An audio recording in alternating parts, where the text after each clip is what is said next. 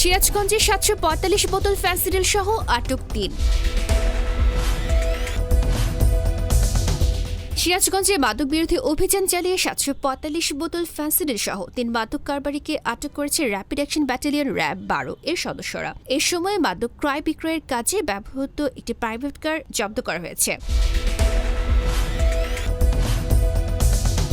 মঙ্গলবার সকালে র্যাব 12 এর সহকারী পুলিশ মোহাম্মদ ওসমান গনি এ তথ্য নিশ্চিত করেছেন।